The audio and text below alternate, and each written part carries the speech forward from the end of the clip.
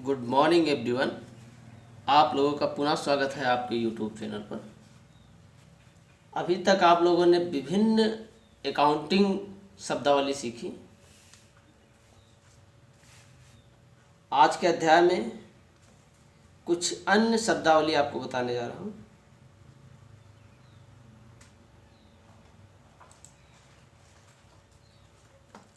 लेनदार,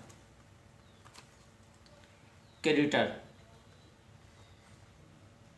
क्रेडिटर वह व्यक्ति या व्यापारी होता है जो किसी दूसरे व्यापारी को या व्यक्ति को उधार माल बेचता है या उधार रुपए देता है। ऋणदाता या लेनदार कहलाता है, अर्थात उधार माल बेचने वाला क्रेडिटर कहलाता है। इस व्यक्ति को भविष्य में ऋणी से धनराशि प्राप्त होना होता है। जैसे MS RK एंटरप्राइजेस ने श्याम को 50,000 रुपये का उधार माल बेचा। चूंकि MS RK एंटरप्राइजेस ने श्याम को उधार माल दिया है तो RK एंटरप्राइजेस क्रेडिटर कहलाएगा।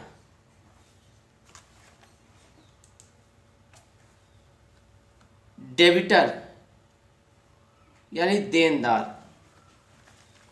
देनदार वह व्यक्ति या व्यापारी होता है जो किसी अन्य व्यक्ति या व्यापारी से रुपये या माल उधार लेता है।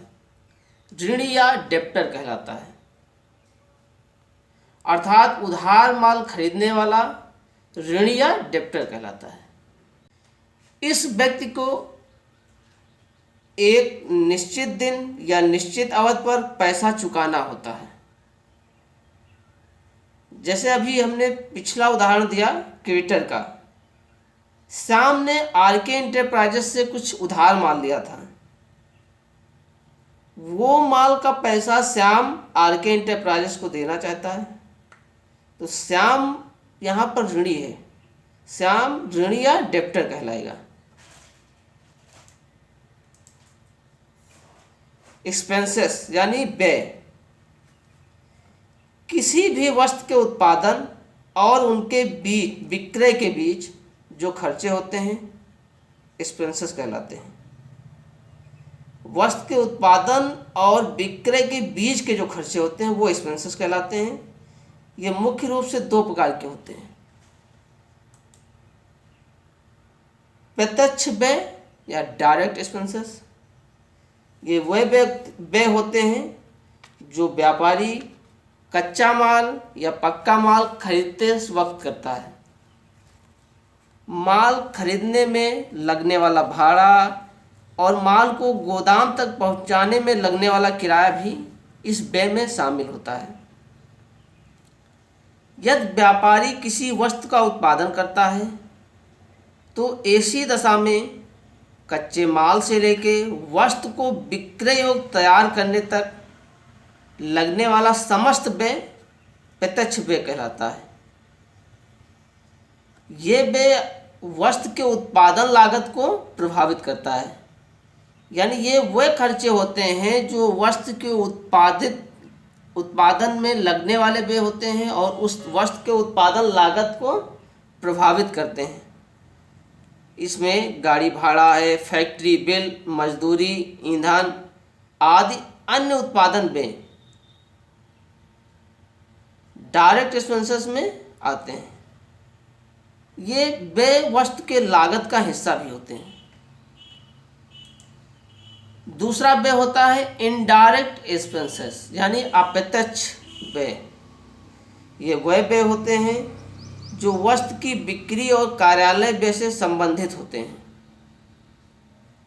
ऐसे व्यय का प्रभाव विक्रय किए जाने वाले माल की लागत पर बिल्कुल नहीं पड़ता। ये व्यापार के लाभ को घटा देते हैं। इसके अंतर्गत निम्न व्यय आते हैं, जैसे विज्ञापन, कार्यालय व्यय, कार्यालय के कर्मचारी का वेतन, बिजली, विक्रय पर गाड़ी भाड़ा, सेल्स रिप्रेजेंटेटिव को दिया जाने वाला कमीशन, वेतन, ग्राहकों को दिया जाने वाला छूट आदि, ये इनडायरेक्ट एक्सपेंसेस होते हैं।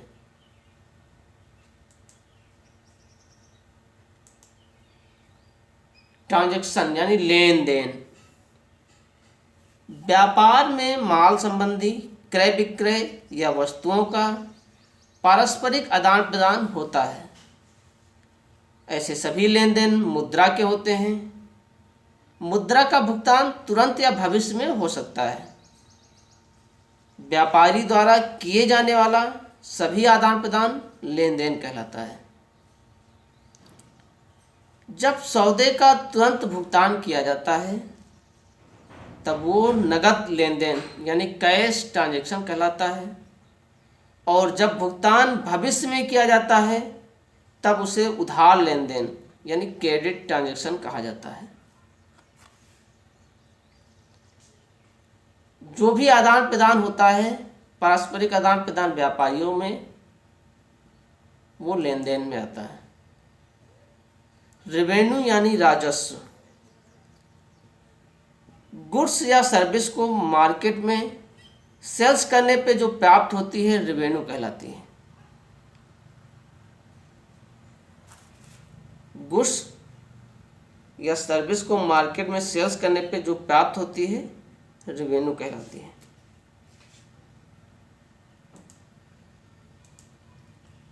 इनकम यानी आय,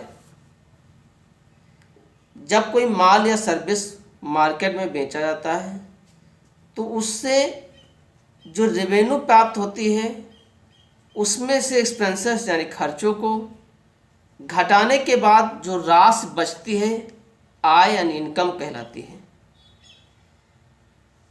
यानी मार्केट में माल को बेचने के बाद प्राप्त धनराशि यानी रेवेन्यू से एक्सपेंसेस जो खर्चे हुए हैं उनको माइनस करने पे जो राशि बचती है वो इनकम होती है। ये मुख्यतः दो प्रकार की होती है, डायरेक्ट इनकम यानी प्रत्यक्ष आय। ये वो आय होती है जो व्यापारी को उसके मुख्य व्यवसाय से प्राप्त होती है। मुख्य व्यवसाय का मतलब यहाँ पे जो व्यापारी अपना बिजनेस जिस चीज़ का किया हुआ है, जैसे मेडिकल स्टोर का व्यापारी दवाइयाँ बिक्री करता है तो दवाइयों से विक्रय होने के पश्चात जो आय होती है वो प्रत्यक्ष आय होती है। जिस चीज़ का बिजनेस है जिस व्यापारी का, उससे मिलने वाली आय प्रत्यक्ष आय होती है। दूसरी आय होती है इनडायरेक्ट इनकम, अप्रत्यक्ष आय।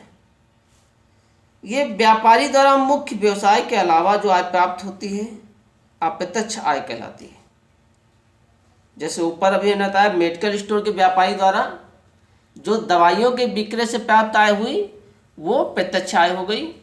दवाइयों के अलावा मान लीजिए उस मेडिकल व्यापारी के कुछ गोदाम किराए पर हैं तो उनसे प्राप्त होने वाला किराया अप्रत्यक्ष आय कहलाएगा, क्योंकि वो व्यापार से हट के है, वो दवाई का बिक्री व्यापारी है और गोदाम जो है किराए पे दिया है, तो उससे मिलने वाला किराया अप्रत्यक्ष आय में आएगा, इनडायरेक्ट इनकम में आएगा।